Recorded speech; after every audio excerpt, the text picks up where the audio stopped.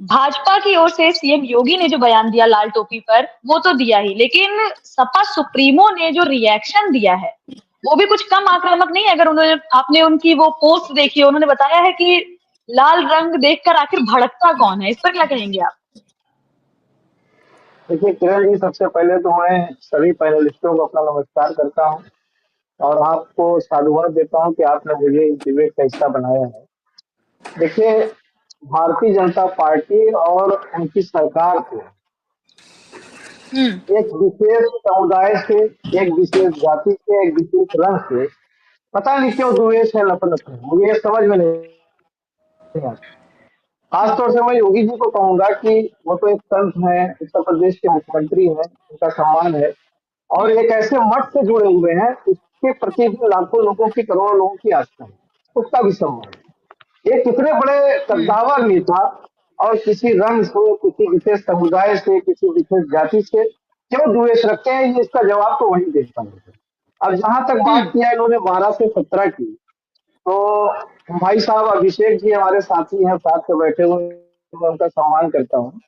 इनको शायद आंकड़ों के बारे में जानकारी नहीं है कि एडीआर की रिपोर्ट में जिन 48 जनप्रतिनिधियों को दोषी माना गया था कि ये दागी हैं, किसी के ऊपर महिला उत्पीड़न का आरोप है, किसी के ऊपर अपराध, बड़े अपराध, संगीन अपराध के जुर्म के आरोप हैं, उनमें सर्वाधिक भारतीय जनता हम्म। पार्टी और हम्म। एडीआर की भी, ओपीआरबी का ही डाटा है जो 2022 तक का, जो 2023 में जारी हुआ है, उसमें उत्तर प्रदेश महिला अपराध में नंबर 1 पर है, अपहरण के, महिला अपहरण के मामले में भी नंबर 1 पर है, दहेज हत्या में भी नंबर 1 पर है, कस्टोडियल डेथ में भी नंबर 1 पर है और तमाम मामलों में 153 महिलाएं डेली इस प्रदेश के अंदर शोषित और पीड़ित की जाती हैं।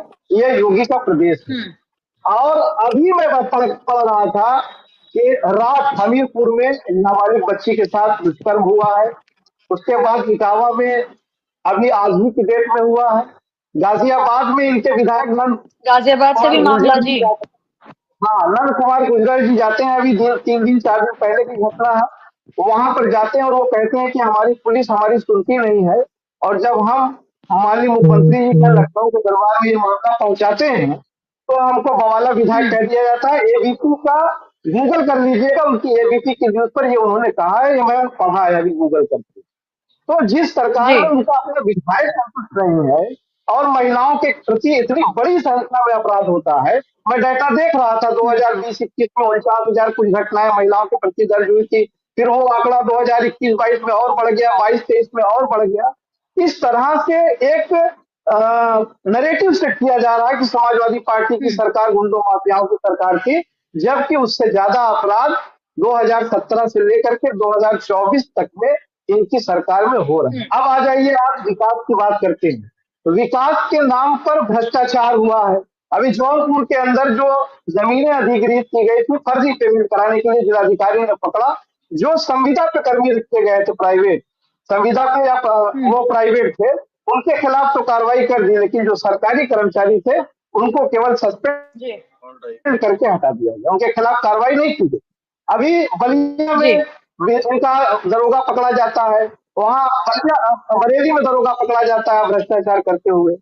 समाजवादी पार्टी की सरकार में लखनऊ में जब कोई आता है तो मेट्रो में पहुंचने के बाद थैंक यू अखिलेश जी जरूर बोलता है। जब वो इकाना स्टेडियम में कोई हमारा खेल प्रेमी खेल देखने जाता है तो वह अखिलेश जी तुसी ग्रेट है बोलता जरूर है। और जब वो आके बस अड्डे पर जाता है तब भी वो अखिलेश जी का शुक्रिया अदा करता है। और जब वो आगरा हम्म। के एक्सप्रेसवे पे चलता है और दिल्ली की दूरी उसको बनारस और लखनऊ की जैसे कम दिखाई देती है, तब भी वो शुक्रिया अदा करता जी। है अखिलेश यादव जी का कि ऐसी सरकार हमें चाहिए।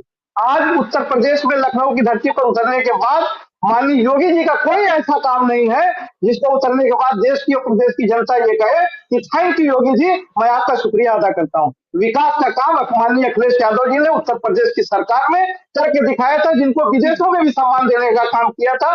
तो पुलिस लेकर के अपराध पर नियंत्रण करने का काम अखिलेश यादव जी ने किया था। पांडे जी थोड़ा पढ़िए, थोड़ा जी इतिहास में जाइए। डेली आपकी सरकार में रेप हो रहा है, लेकिन आपका फोकस सिर्फ आगरा पे है। आप महाराष्ट्र के बदलापुर पे नहीं बोलेंगे, क्योंकि वो कॉलेज, वो स्कूल भी आप ही के पार्टी के लोगों का है। आप उत्तर प्रदेश की जी फर्रुखाबाद की घटना पे नहीं बोलेंगे।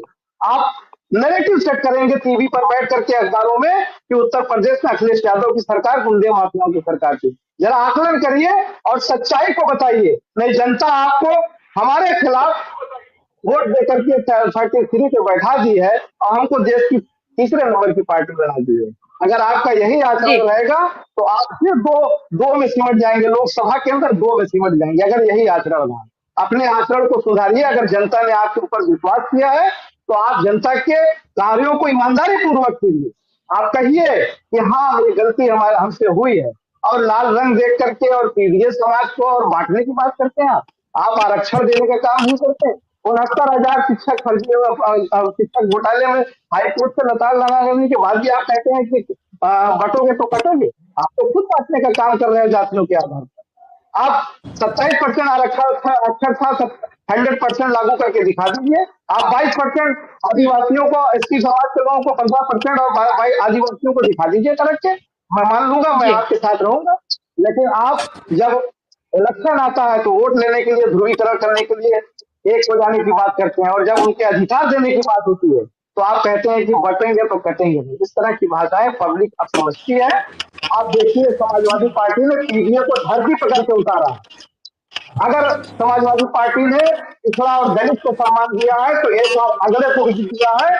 हमारे ममता प्रसाद पांडे जी विधानसभा के अध्यक्ष रहे और नेता प्रतिपक्ष भी हैं। और 8 ब्राह्मणों को टिकट दे करके और मुस्लिम 4 टिकट दे करके पीडीए को उन्होंने दिखाया है कि हम सब बिरादरी का सम्मान करते हैं।